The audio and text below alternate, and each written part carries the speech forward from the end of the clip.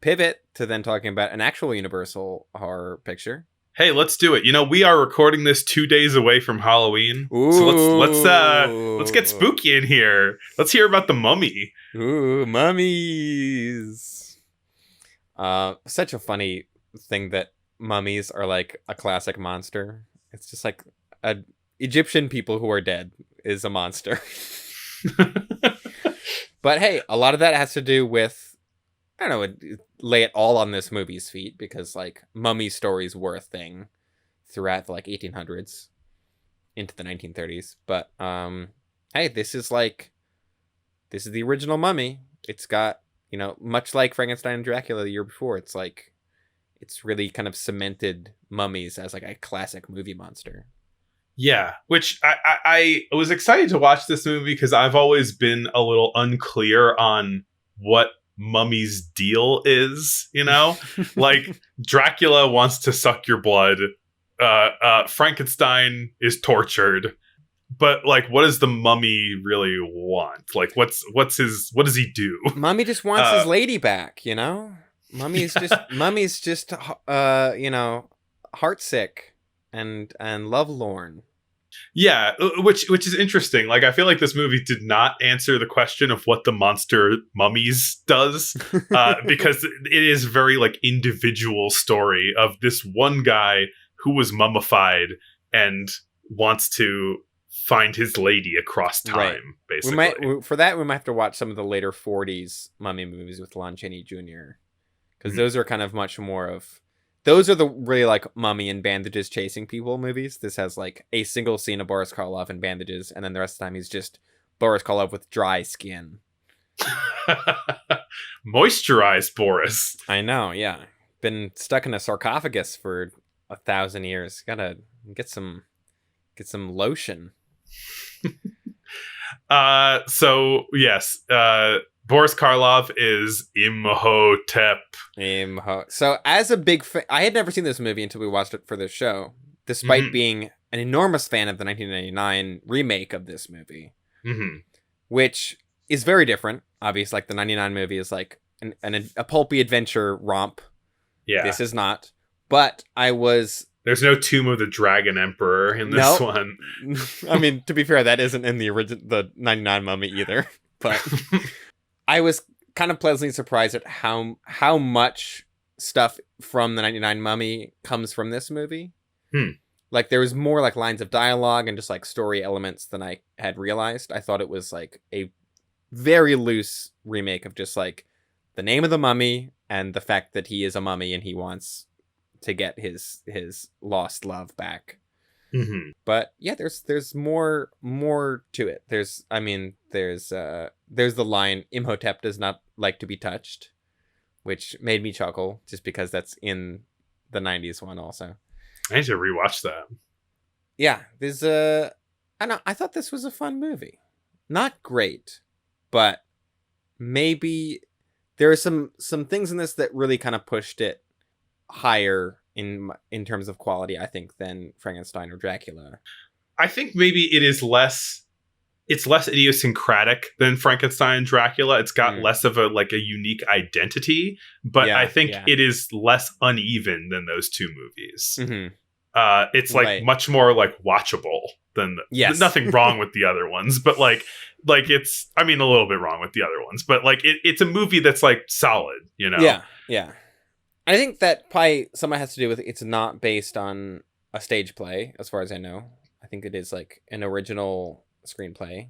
This movie is directed by Karl Freund, who shot Dracula and also Metropolis and Last Laugh. And I feel like he does kind of a better job of I feel like the like visual style of this movie is there's a lot more to it than Dracula for sure.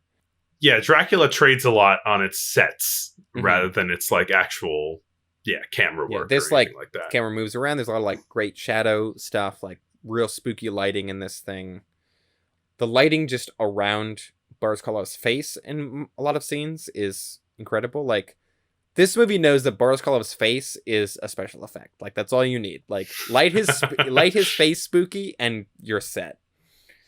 Gets a lot of mileage out of that face. Yeah, there's like a part where they're kind of like superimposing like a skull or like mummy imagery on top of his face.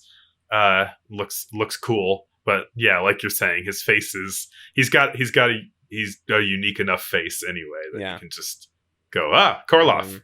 Yeah, I think maybe one of the things that makes this movie sort of hold up less well than the other Universal ones, or like maybe feels less memorable, is like he's only really a mummy in the first scene, right? Where like they dig him up, they find him, he comes to life, and then he immediately like leaves, right? He steals the scroll and walks out. You just see the bandages walking out the door.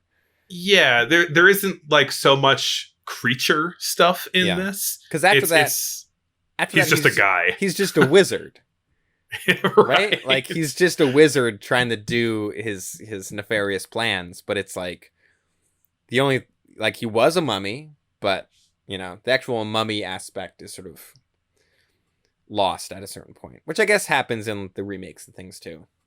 But I don't know. I feel like I would agree with you maybe that if this movie had more creature stuff in it, it would probably be more just fun. I do think that like first scene where he is like in the sarcophagus in the bandages and like comes to life and scares a guy into insanity, basically. I think it's a very spooky, good scene. Yes. Yeah.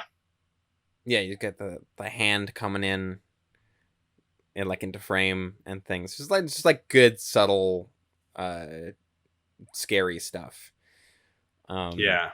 And then we time jump ahead and get kind of the more, I don't know, I think traditional mummy story, which I guess is just the remake, but it's like, you know, there's a bunch of, you know, European explorers come in and they're digging up stuff, right? And they want to find treasure, and then Imhotep shows back up again. It's like, hey, you want to dig? Look over here.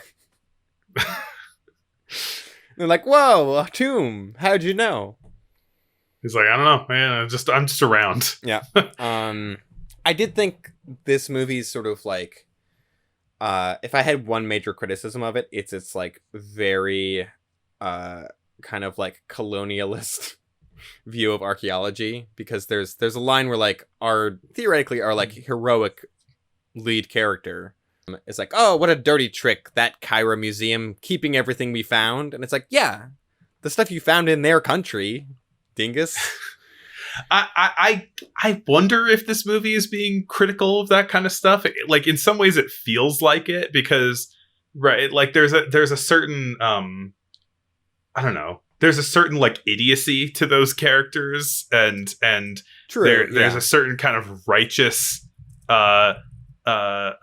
fighting back that Imhotep is doing. Like he's the villain, but it's like one of those situations where the villain is saying the right thing but quote unquote going too far. Yeah. Because they do seem like total colonialist dinguses, basically. So the kind of male lead of this movie is a guy named Frank Wemple, which is a hell of a name. And he reminds me of, right, so like the like male lead of the 99 Mummy is like a heroic, like mercenary, you know, rough and tumble action guy. In this, he's like a stuck-up, tuxedo-wearing archaeologist guy. He reminds me of like the character who's like in his dad's shadow. Yeah, he reminds me of like the character that instead of a romantic lead, he's the guy that like the woman needs to like escape from in order to, you know, he's like the guy from Titanic. I forget the character's name, but Billy Zane in Titanic, where it's like, oh, he's wealthy and he comes from a good family and all this stuff, and then it's like you spend 10 minutes with him, it's like, Jesus, this guy sucks. Like, get away from here. Go find a greasy boy to be with. And that's what Frank Wemple is in this movie to me. But he's kind of treated as just like, oh no, this is our lead character. Deal with it. Yeah. Yeah, I like the kind of mummy backstory of Imhotep, where it's like he is driven by his love for Anck-su-namun. Nice. Which feels more It is like it's a more relatable kind of like empathetic motivation for a villain to have, for sure. Yeah, you get a lot more from him. He's not, Frankenstein's monster was just confused and angry, and Dracula was kind of mysterious. Yeah. But there's like a lot more interiority with Imhotep. Yeah, he's more of kind of a fully formed character, which is good. So much so that I think it's funny that like later Dracula movies kind of, at least the Francis Ford Coppola one, has the sort of like lost reincarnation love interest angle that this movie does, which I don't think is in the book Dracula, which I haven't read, but I think I said last episode, like, I'm pretty sure that comes from this movie, but I could be wrong. Also, this movie has a score, like a musical score. Yes. Which really stuck out to me. It's it's rare, but like diegetic or non-diegetic music. Mm-hmm. Like used in like key moments. Yeah. Some other things that I liked about it, like I like how it's the Cairo in this movie. This movie takes place almost entirely in Cairo, and Cairo in this movie is like a big metropolitan city, which is how it actually is. I feel like Raiders of the Lost Ark maybe is the main culprit of making movie Cairo always seem like a place like way out in the desert, and it's like, no, it's a city. Like there's cars and things around. Like it's not, because Raiders did not shoot in Cairo; they shot in Tunisia. And so all like the weird like back alleys and stuff from that movie, I was like, I always grew up in like, oh, yeah, that's what Cairo is. It's like, no, Cairo has like big buildings and cars and things. Yeah, I mean, I guess I guess that checks out because I haven't been to Cairo, but I've heard one of the best free views of the pyramids is on the second story of a KFC in Cairo. That's where you gotta go. Yeah, I think this movie has like, it does have a lot of like drawing room scenes like Frankenstein and Dracula do, of just like kind of people sitting on sofas and talking, which isn't my favorite. But I think this might be my favorite of the three. Despite it has a lot of clunky writing, but I think it's like the best directed, maybe. Yeah, I would say so.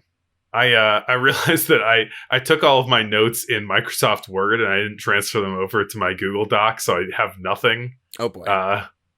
So I'm just working off of memory, but also I just clicked over to the Scorpion King Book of Souls, which is the 5th Scorpion King movie. There's what? How many? The 5th installment in the Scorpion King series. It's this direct-to-video sword and sorcery action-adventure film that was released in 2018. Damn. I thought there was only the two Scorpion King films, one of which was direct-to-video, which is a prequel to the first Scorpion King, which makes Scorpion King 2 a prequel to a spin-off of a sequel of a remake, which, to my knowledge, makes it unique in all of film history.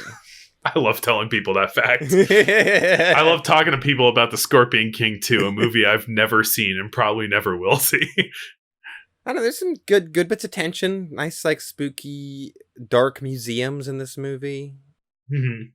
You know, a swirling pool of flashback smoke.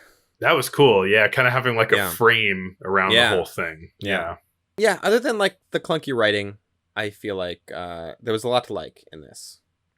Yeah, it's a solid movie. Yeah, I would agree that like it's probably the one that I would most readily throw on, not in the background, but as an actual movie to watch. Mm-hmm.